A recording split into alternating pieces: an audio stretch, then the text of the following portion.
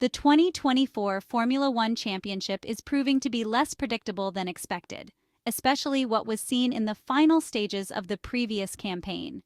The technical work done by the Ferrari technicians and engineers on the 676 project is bearing fruit, and along with McLaren, it seems races will no longer be a walk in the park for Max Verstappen and the mighty Red Bull team. After Charles Leclerc's triumphant performance and race victory in the prestigious Monaco Grand Prix, in front of his home fans on the streets of Monte Carlo, which has some unique characteristics on the Formula One calendar, the updated SF24 single-seater is now ready for its second major test after the Imola weekend, namely the Canadian Grand Prix, which will take place this week at the 4.36 1-kilometer Circuit Gilles-Villeneuve in Montreal. Ferrari team principal Frederic Vasseur urges the fans and media to not draw too many conclusions from the Monaco weekend. Statements made by the French manager right after the initial celebrations in Monte Carlo for what was a splendid and well-deserved victory for Charles Leclerc.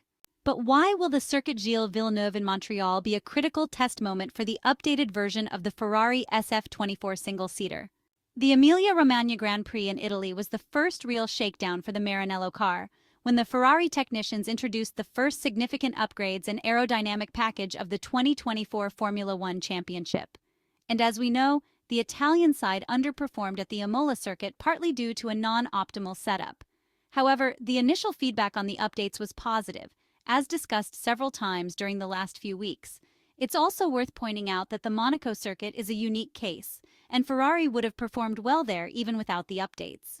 However, the Canadian Grand Prix is an important test to see if the Ferrari, besides increasing aerodynamic downforce, has also improved in terms of efficiency. The 2024 car's compromise sacrificed some of the straight-line speed and single-lap performance that characterized the old SF23. To be fast in Montreal, it will be necessary to have a good balance for straight-line speed, where Ferrari has been lacking compared to rivals Red Bull and McLaren since the start of the year. The MCL38 has made significant progress in this area, gaining a few kilometers per hour in straight-line speed without other compromises. There remains a question whether Max Verstappen and his RB20 single-seater will return to dominance or if the trend seen in the last three races will continue. Scuderia Ferrari, Red Bull, and McLaren are therefore heading to Montreal to compete for the win in the 9th round of the Formula One season, knowing that with such close margins, race weekends will often be decided by very small details, and especially by how teams prepare the setup prior to the race weekend. In Canada, there will be no new parts on the SF24 car, which will revert to the medium downforce configuration with the versatile rear wing seen in the first 6 Grands Prix and in an updated shape at the Imola circuit. The rear downforce level will be more adjustable with the beam wing, which should be compared in the two configurations, gull wing and single element.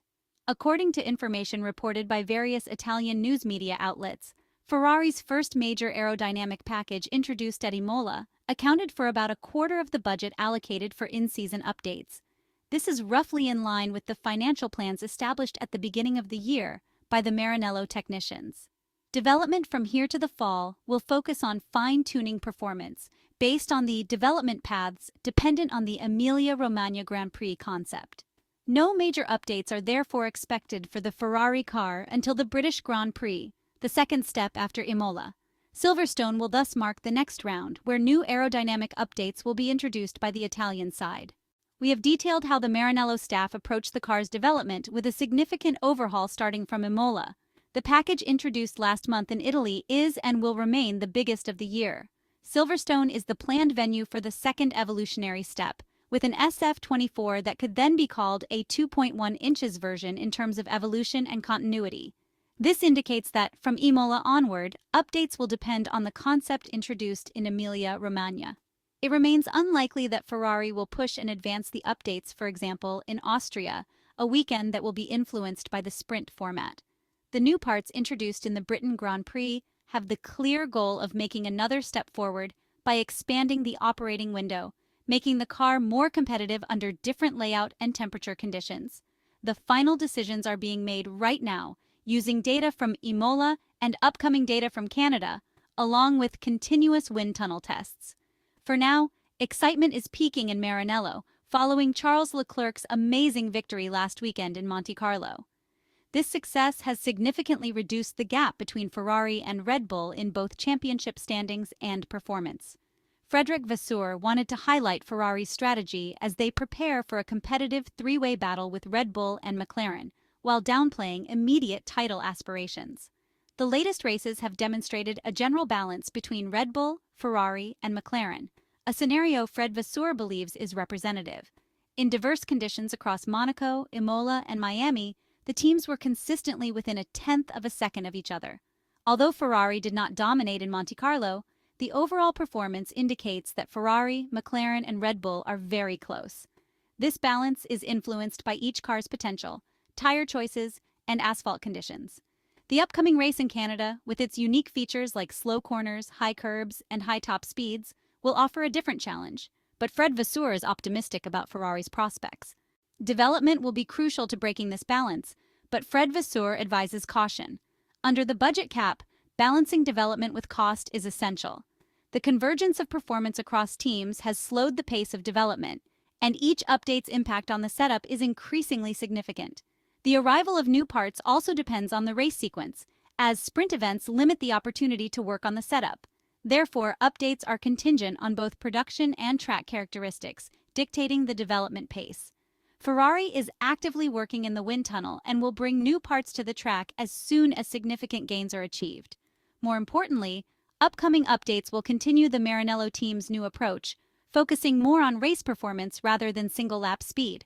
This philosophy influences both car design and setup. From the start of the weekend, Ferrari emphasizes long stint simulations during the first practice sessions and shifts attention to race strategy. This focus inevitably affects qualifying performance, as it is challenging to optimize both simultaneously. This shift is a response to last year's season, where the gap between Ferrari and Red Bull was more pronounced in races than in qualifying. Except for a few circuits like Budapest, Monaco, and Singapore, where pole position is really crucial, given that overtaking is more difficult at these tracks, the performance deficit in races cost Ferrari many points in the 2023 Formula One Championship, as Charles Leclerc and Carlos Sainz often found themselves in front of their opponents at the race start, but then lacked the pace to be able to push and to successfully defend their positions on Sunday. Central to Ferrari's struggles in the 2023 F1 Championship was also its poor tire management, which would hamper often strong qualifying pace. Therefore, drivability was a key focus during the off-season, as recently confirmed by Italian aerodynamicist and current Ferrari technical director Enrico Cardile. Last year, Charles Leclerc failed to convert any of his 5 pole positions into Grand Prix wins, part of a 12-race streak he ended at the Monaco Grand Prix.